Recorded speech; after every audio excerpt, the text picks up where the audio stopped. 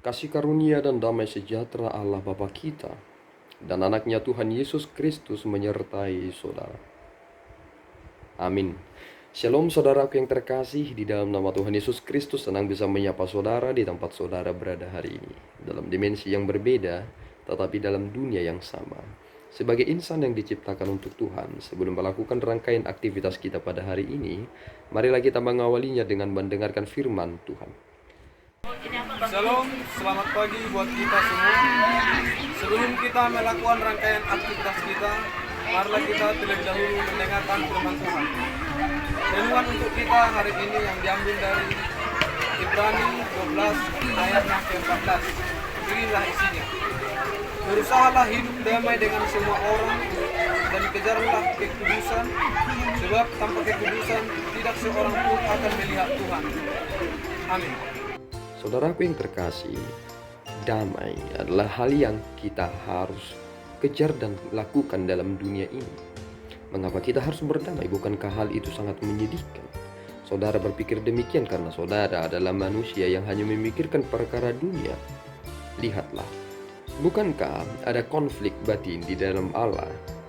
Jika melihat bagaimana manusia itu telah melukai perasaannya, tetapi Allah mendahulukan anugerahnya sehingga kemarahannya tidak lagi seperti yang terjadi di perjanjian lama yang langsung menghabisi semua orang-orang yang dia ciptakan. Gampang bagi Tuhan untuk menghancurkan dan menghabisi seluruh yang dia ciptakan. Tetapi apakah Tuhan hanya akan mendahulukan itu? Ternyata Tuhan setelah menyatakan bahwa ia akan menghukum oleh orang-orang yang melakukan tindakan yang sangat melukai hatinya, ternyata Tuhan juga merencanakan suatu anugerah yang besar, yang bukan anugerah murahan. Dan itulah yang kita terima, seperti yang telah dinyatakan Yesus Kristus, bahwasanya Dia adalah penghubung manusia kepada Allah Bapa, yang di dalam Dia menjadi pendamai bagi kita. Seandainya ketika kita mencoba memikirkan, ketika Yesus Kristus disalib, ia berada di kayu salib itu, kakinya tidak menyentuh tanah dan kepalanya tidak menyentuh langit. Nampaknya ia berada di tengah-tengah, bahwa sebenarnya manusia berada di bumi dan Allah ada di sorga yang maha kudus itu. Ternyata Yesus Kristus ada di tengah yang menghubungkan manusia kepada Bapa dan menyatakan anugerah Bapa di dalam Kristus. Dan disinilah perdamaian yang sesungguhnya, bahwa pengorbanan itulah jalan untuk kedamaian itu.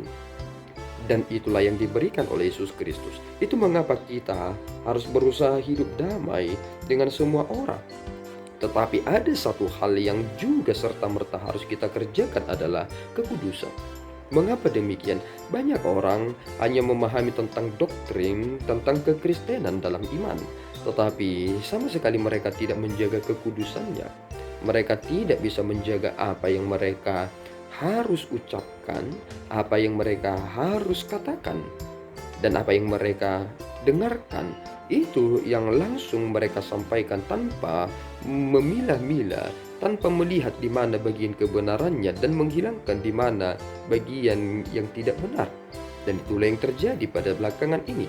Tetapi Rasul Paulus mengingatkan satu hal, bahwa asalnya Allah itu adalah kudus, sehingga yang bisa melihat Allah adalah yang kudus, seperti yang dilakukan oleh Yesus Kristus dalam khotbah di bukit.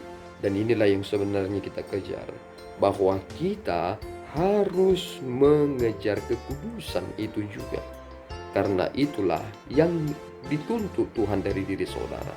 Oleh karena itu, saudaraku yang terkasih di dalam nama Tuhan Yesus Kristus, marilah kita mengerti hal ini, bahwasanya ini menjadi penegasan yang penting bagi kita. Kita telah menerima anugerah keselamatan itu supaya kita semakin menyadari tentang pentingnya bertekun di dalam iman. Teruslah bertekun dalam iman saudara, menjadi pelopor kedamaian itu. Jangan mau diombang-ambingkan oleh pengertian-pengertian yang keliru. Sebab jika saudara telah diperdamaikan di dalam darah Yesus Kristus, bukankah menjadi keberdosaan yang sangat besar jika saudara membuka perseteruan kembali antara diri saudara dengan orang lain dan juga diri saudara dengan Tuhan. Kiranya Tuhan menolong saudara untuk senantiasa berdamai dengan semua orang dan menyatakan kekudusan itu di dalam hidup saudara. Tuhan Yesus memberkati kita berdua. Ya Tuhan, kami bersyukur atas berkat-Mu. Terima kasih Bapa atas anugerah yang Tuhan telah nyatakan kepada kami. Yang dari anugerah yang Tuhan nyatakan itu kami mendapatkan kedamaian. Dan dari kedamaian itu kami mengerti bahwasanya kami harus hidup dalam kekudusan. Pimpinlah kami ya Tuhan supaya kami hidup seturut dengan Roh Kudus, supaya kami melakukan segala sesuatunya hingga akhir. Menjaga kekudusan itu senantiasa berdamai dengan semua orang, karena Engkau adalah Raja Damai yang telah menyatakan itu terlebih dahulu kepada kami, yang kami harus hidupi. Terpuji nama-Mu ya Bapa. Di dalam Yesus kami telah berdoa dan mengucap syukur. Anugerah Tuhan kita Yesus Kristus, kasih setia Allah Bapa, dan persekutuan Roh Kudus menyertai saudara. Amin. Tuhan Yesus memberkati.